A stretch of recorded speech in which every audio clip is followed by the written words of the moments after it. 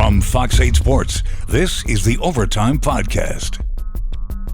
From the Fox 8 studios in New Orleans, this is the Fox 8 Overtime Podcast. I am your host, Sean Fazan, riding shotgun as he does each and every podcast is Andre Johnson Jr. Do not forget the JR on the end of that name.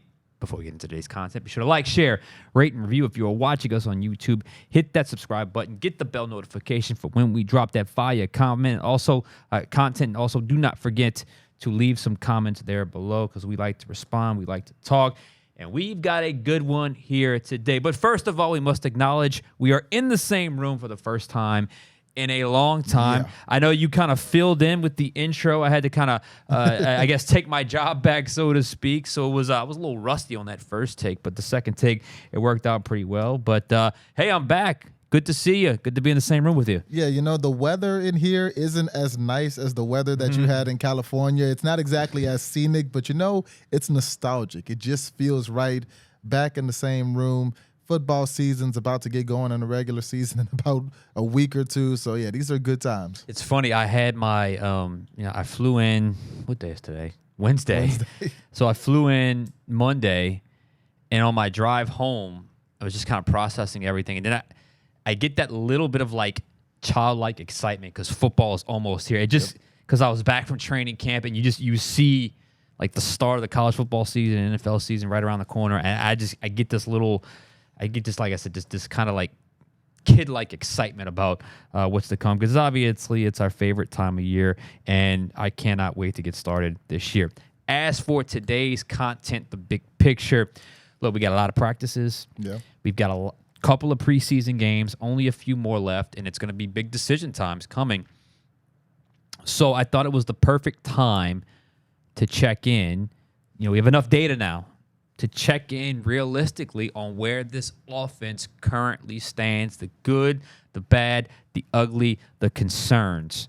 So we're going to try to break it down into a couple different sort of factors here. But there is a realistic tone that I'm picking up on from the organization when it comes to this new Clint Kubiak offense. Now that things have started to compile, both good and bad, to, I think, make at least a reasonable judgment as far as where we think this offense currently stands. Right, and a big moment for the offense was in the last preseason game against the San Francisco 49ers when the starting unit led the team on a 16-play, 95-yard scoring drive, capped off by a Taysom Hill 1-yard touchdown run. So watching that drive, Sean, did that inspire hope in you, or are there still a few red flags that you feel like the team needs to iron out before they really get going? Yeah, so I watched the drive, and I thought it was an impressive drive. I love the drive. It was 16 plays. It was 10 runs. It was 6 passes. We saw them do some things. We saw them do some play action. We saw them, introduce some runs with Taysom Hill, Jamal Williams. We saw tosses. We saw fullback lead with Taysom Hill. We saw everything. 2 fourth-down conversions on the road. So my initial emotion was excitement about what I saw because in the previous, 4 drives that we had seen with the ones, I'm talking about the ones with Derek Carr and the starting offensive line, because some of those other pieces can be kind of interchangeable in and out. They had mustered up 1 first down. Yeah. And so in this drive, 16 plays and get that first touchdown. But as we get further and further away, and I rewatched the drive. Again, it was a great drive. I'm starting to pick up more on not excitement from the organization, but relief. I'm starting to pick up on maybe a bigger sigh of relief than perhaps I was expecting about that drive. Yes, it gives them hope. Yes, it gives them excitement, but it was almost like a thank God, as opposed to, yes, this is us. This is who we're going to be. We're going to do that. And I don't know if I'm right or wrong, but it's just, Derek Carr kind of alluded to it in the postgame about, okay, we can score. Or, DA's been saying a few things here and there about, some things that is happening with the offense. So as much as I enjoyed watching that drive, and again, I went back and rewatched it, I'm starting to get the sense that inside the organization, it was more of a sigh of relief than a hope for the future. Now, there's still hope and it still builds some confidence, but it kind of put me in a weird place in terms of how we're viewing this offense because maybe inside those walls right now, there is a little bit more concern than perhaps they've let on. But as little things are starting to come out of the coaches' mouths and DA's mouths and the quarterbacks, and we like I said, we talked to Derek Carr after the game. Maybe there is a little bit. Am I crazy? Maybe it's almost too much of a sigh of relief as opposed to no. This is who we are. Let's go attack this, and this is kind of our foundation. I agree. And watching that first game, and really the first two preseason games, you mentioned the good, the bad, and the ugly earlier. You've seen a lot of that. And I think the good, especially, and it really shined through last game, Taysom Hill's new role. Yeah. Taysom Hill really shined last game whether he was lead blocking, whether he was running the ball, whatever role he was in, Taysom Hill's impact in that second game, hopefully for Saints fans, is a preview of what you're going to see a lot this season. And in saying that, I think this running game, which is kind of the epicenter of the Clint Kubiak-style offense, is going to be pretty solid this year. Taysom's new role looks pretty good. The running back looks solid. You've seen Jordan Mims with a few good runs. Jamal Williams got loose on a few good runs. You got Taysom blocking. Alvin Kamara, when he really gets integrated into this system in the regular season, I think he'll be good. Quarterback play, Derek Carr. We said it months ago. We both believe Derek Carr is kind of an average quarterback, but in this system can elevate him to playing really well. We've seen that in stints. I think he's pretty steady. Yeah. I think he's been pretty steady. And so that's the good.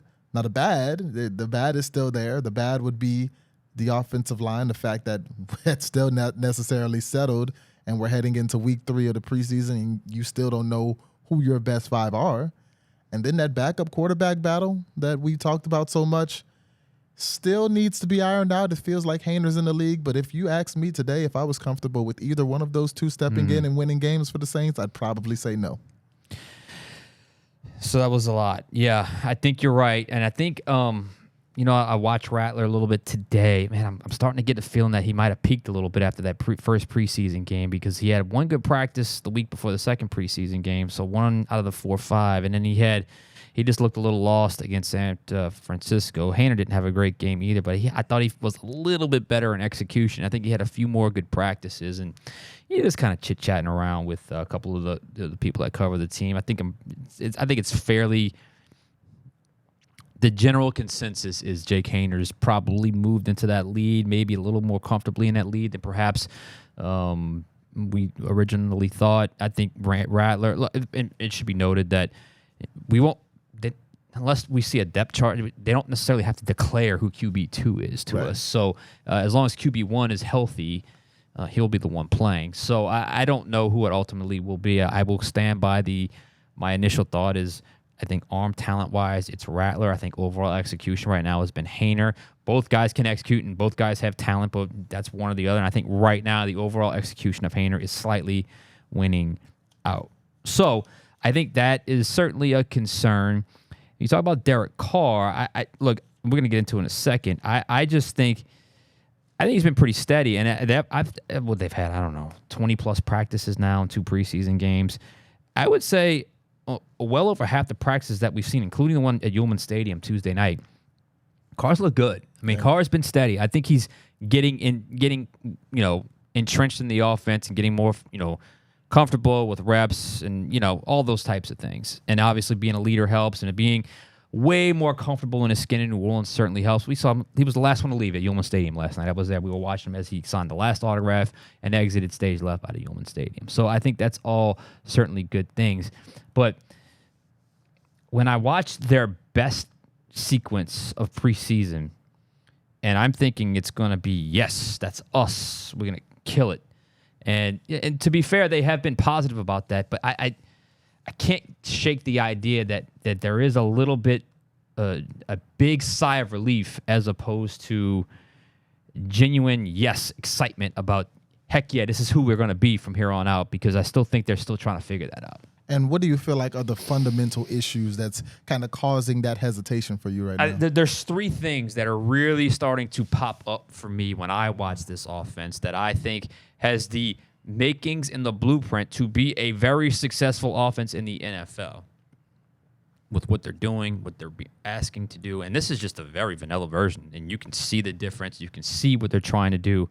and how and why this offense has success. But issue number one is what you alluded to. It's offensive line uncertainty. There is no more, to me, a bigger issue on this offense, bigger issue on this team than the lack of knowledge or the lack of confidence in who will ultimately be the right starting five. Right now, as we speak, Ali Udo and Trevor Penning are splitting reps at right tackle. That's the first time he's had to split reps all camp this week.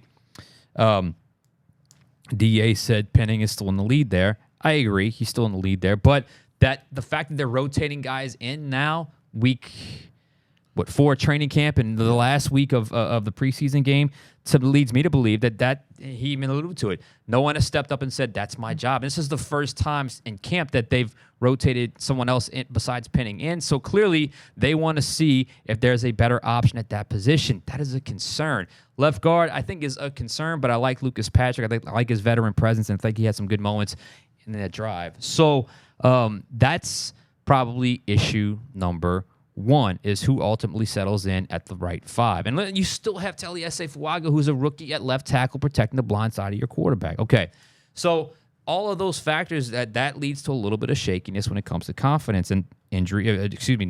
Issue number two, and DA has talked about this a lot, is injuries. The injuries are adding up, and DA is starting to be pretty open about the consistent lack of availability hindering the progress of certain things, in particular the passing game, which obviously comes off of the run game, but clearly that is starting to stick out because he's kind of voluntarily offered that up a couple of times, and he's been asked directly about it a couple of times, about how the lack of, when you're trying to be a play caller and you want to, you got to be around a guy to understand what he does and doesn't do well so you can game plan and put yourself and the team and those players in the best possible chance to succeed. And when they're constantly out, you're unable to do that. That's a huge factor that I think, if it's starting to come to us in press conferences, is probably being talked about all day and all night at the Saints facility right now. Because usually by the time it gets to us, you could probably multiply it by 10 if those are the discussions that are being happening inside the building. Because usually we wouldn't get something that direct unless it's something that's really become an issue. We know who we're talking about. Kendre Miller was a huge topic today. Mm-hmm. And look, one of the reasons why one of the things they were counting on for added success this year was year 1 to year 2 players making that jump. We're starting to see it with Brian Brzee. We haven't seen it from Isaiah Foskey. Kendre Miller was at the top of that list as far as a guy they felt like had a decent start to his rookie year. Obviously, in and out with injuries, but if healthy, he can be a good contributor. We haven't been available. We haven't seen him since warm-ups of practice number 1 of training camp. So that's become an issue, and it's a big issue. Hopefully, some of those guys will come back. I know Rashid Shaheed was another one he was talking about. Foot injury or whatever it is, ankle or shin. I'm not exactly sure what it was, but hopefully he can come back because he's in a new role this year. He's wide receiver too, and he's not just going to be asked to run 9 routes and slants. He's going to be asked to run, intermediate routes where he's got to catch it and run. So it's a different role. So you want to be around those guys. And finally, the third issue, and I'm really starting to lean on this a lot. Do they have enough firepower? Right now, you can say they can count on Alvin Kamara, Chris Olave, and Taysom Hill. Even if you get Jawan Johnson back, Miller back, and Shaheed back in time to start the season, is that enough firepower, explosive playmakers, however you want to define it, regardless of position, is that enough personnel-wise to have a successful offense? I think the more I watch, the more I kind of observe what I'm seeing and what I'm hearing, I think there's a chance you could see this team look elsewhere for another piece. Name a position. It could be tight end. Do we know Jawan Johnson's going to be a dynamic tight end? Can we say that with certainty? Not with certainty. Can we say Kendre Miller is going to be a dynamic running back with certainty? Definitely not. Now, I feel confident about Rashid Shaheed, but again, he's in a new role. Right. So I love Taysom. I love AK. I love Olave. But those are your guys. Is that enough? Is that enough? I like Derek Carr. He's going to be pretty steady at quarterback. Is that enough? Combined with an uncertainty at offensive line, combined with some health issues, that's, to me, those are the fundamental issues that I think the Saints are facing right now offensively that's led to, hey, they got to figure this thing out because season's starting here regardless of how healthy you are or unhealthy you are in September. Right, and you mentioned the offensive line. I believe it was last week. They were still in California, and it was specifically asked to Dennis Allen, you really haven't been working many people in at right tackle for Trevor Penning. Mm-hmm. And he said he wanted to create a cohesiveness between his unit. He wanted those 5 out there. That's why Penning hadn't been cycling out with many people. And also, nobody had really given him a reason to compete with Penning for that right tackle spot.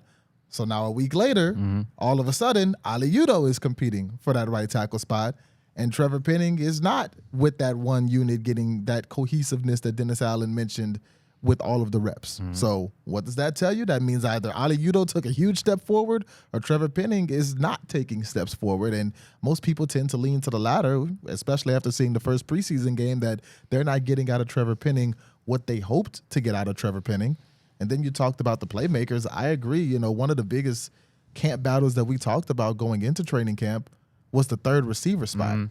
And we threw names out there like A.T. Perry, Cedric Wilson, Equinemius St. Brown, Bub Means, Stanley Morgan, and 27 days in California in 2 preseason games later. Have any one of those 5 really stepped up and, like Dennis Allen keeps saying, said, hey, that's my job? Have any of those 5 stepped up and said, hey, that's my job? I haven't seen it. And you touched on the injuries. Let's say all of a sudden Rashid Shaheed isn't okay to go game 1. Then what? Which one of those guys are you confident putting at your wide receiver 2 spot to take some heat off of Chris Olave at number 1? Right now, none of them have shown that they are able to do that. If you ask me who's in the lead for that wide receiver 3 spot, I could probably just shrug at you. A.T. Perry, Cedric Wilson. I mean, right now it's unclear, and these are questions that are gonna have to get answered in the next week or 2. Yeah, and I think it's all fair points. I think Cedric Wilson probably in the lead for wide receiver 3 for me. But again, Olave at his best, Shaheed at his best, Wilson at his best. Throw Perry in there means whoever. If you add it all up, the score, is that going to be high enough? That's where I'm at with it. Is that going to be high enough with a Taysom Hill, Dallin Holker, undrafted guy, who has had a good camp, but he's hurt right now. I think Jamal Williams has had a decent little run here over the last week or 2. Kamara. Is that enough? Because that's really what it's about.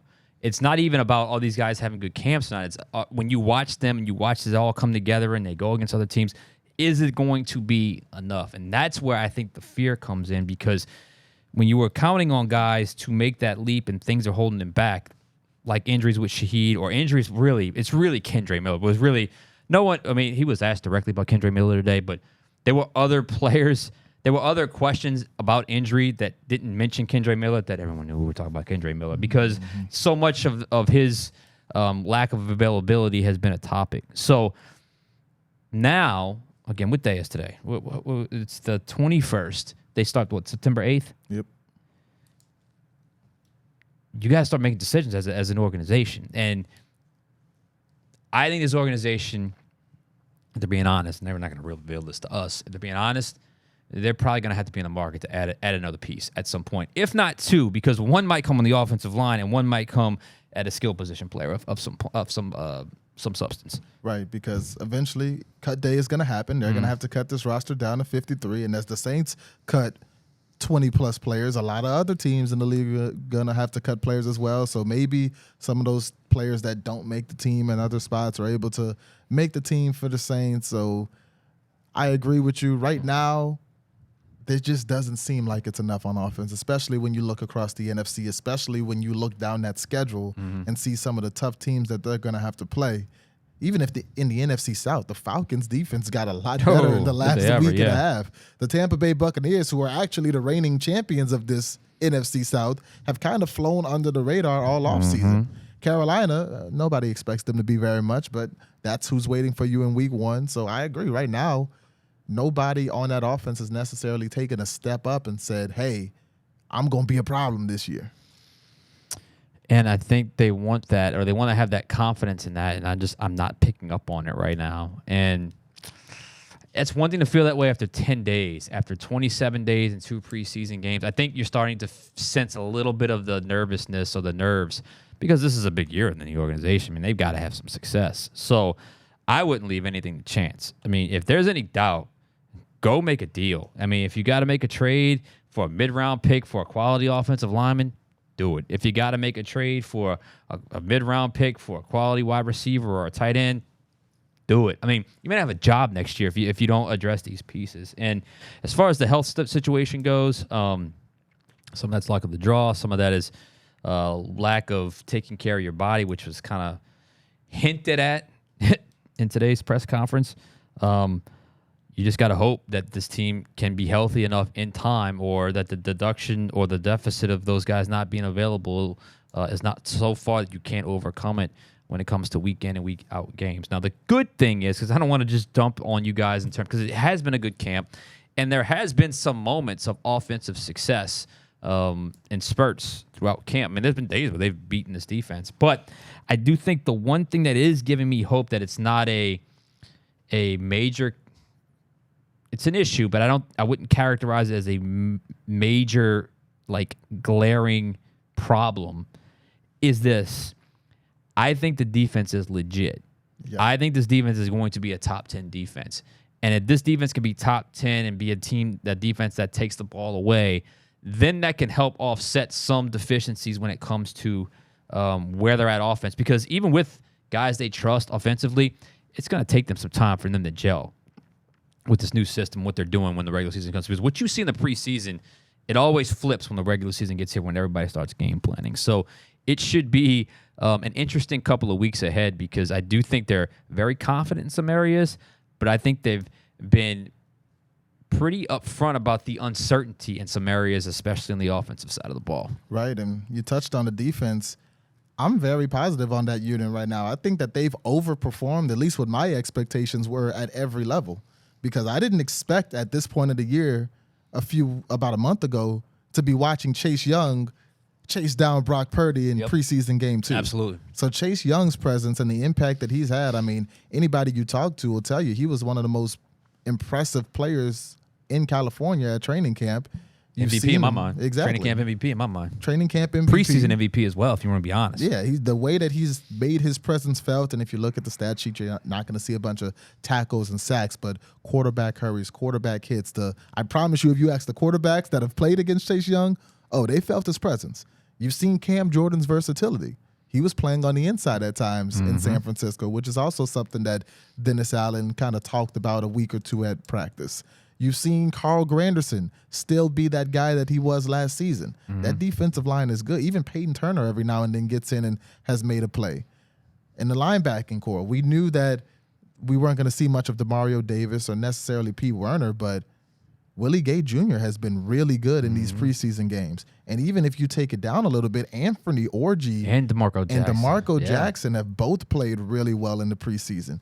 Take it to the secondary. Again, you didn't expect to see a lot of Marshawn Lattimore and Paulson Adebo, but Alontae Taylor, one of the best practice players at training camp, Rico Payton and Rajon Wright, both of them have had a lot of pass breakups in the preseason. Safety battle, you're kind of, both Will Harris and Jordan Howden both made some plays in that second preseason game. I think that battle is going to shape out over the next week or two, but that defense to me has overperformed. And there's a lot of reason to be excited about that going into week 1. And honestly, I think that's where, like, I'm gonna be asked about the Saints record, and I'm not there yet. But that's why I'm not picking a disastrous season, because I think the defense has potential to be really good. And I don't think, even with deficiencies on offense, it's going to be so bad that they can't overcome some of the opponents they're going to face. And there's going to be a game or two where the defense is really, really good. They take the ball away a lot, and maybe they beat a team they shouldn't beat, or maybe a team that's neck and neck with them, the defense carries them through with some takeaways. So as much as we've kind of gotten to the trenches and maybe given the impression that there are a few things to be concerned about with the offense, I don't think it's a disaster.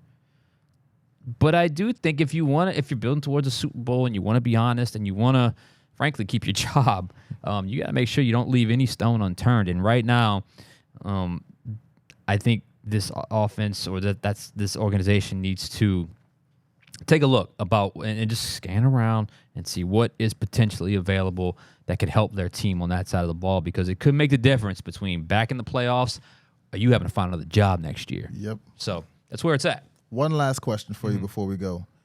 Do you feel like you need to see Derek Carr, starting offense as a whole, but specifically Derek Carr, play in that third preseason game? No. He's gotten 31 snaps now. He's gotten a 16-play drive. He's gotten a bunch of third downs. He's got a bunch of fourth downs. He's taken a hit. You know, that one of those fourth down plays took a hit from the blind side. If you watch the way he was tackled, if his leg could have got caught, it could have been an issue. The Landon Young had gotten beat. For what you would get out of the third preseason game, to me, is not worth the risk of what you could potentially be risking if he were to get hurt in that preseason game. To me, I don't need to see, because we just talked about the backup quarterbacks. I don't need to see Derek Carr in third preseason game. I'm with you there. I don't think I need to see Carr. If that 95-yard scoring drive was the finale of his preseason, that's fine. I'm cool with that. Fine. I think I've seen everything I need to see from him. I don't need to see Kamara. I really don't need to see Olave. I think the offensive line needs to be out there. Your starting five I probably would like to needs see to that. be out Yeah, there. they need some reps together. Yeah, so I'm cool with the offensive line playing, but I think, especially going into the third preseason game, we talked about questions being answered, and one of the biggest questions on this team, although Haener has kind of taken a lead, is still that battle for the backup quarterback. And with a good performance, I think Rattler can certainly help himself. I don't think it's set yet. I think he's moved into the lead, but if Rattler has a game, throws 3 touchdowns, I mean, he could take it over. There's no doubt about that. Because, like I said, the kid's arm talent's real, and he's got a little bit of freelance to his game that sometimes that works in your favor, where you just make it out there making plays. And I think you saw that, in the game he played well against, was it Arizona? But I thought he looked a little rattled against 49ers. But we'll see what happens. And sometimes that can get a little messy in a preseason game. We know that. But preseason is important because it's almost over. So it's like you got to kind of figure out who you are here over the next couple, 10, 12 days when you can talk about the rest of these practices. Find your 53, then start practicing. And then in a couple of weeks, obviously, you start the regular season games on September 8th at home against Carolina. Talked a lot today. Good to be back here today. Oh, yeah, it's fun. And, speaking of that last preseason game, Fox 8, we're going to have a pregame show. We're going to have a halftime show. We're going to have a postgame show. Sean's going to be in them. I'm going to be producing them. Juan Kincaid's going to be in them. We got Jermon Bushrod. We have an all-star crew who are going to bring that last preseason game to you. And all of it is happening on Fox 8. And stay tuned for my social media posts for the special one-on-one that we have from a Saints player coming. It's going to air on Sunday. So anything else for us today? I'm good. All right. He is Andre Johnson Jr. I am Sean Fazan. That's going to do it for us. We'll catch you guys next time on Overtime.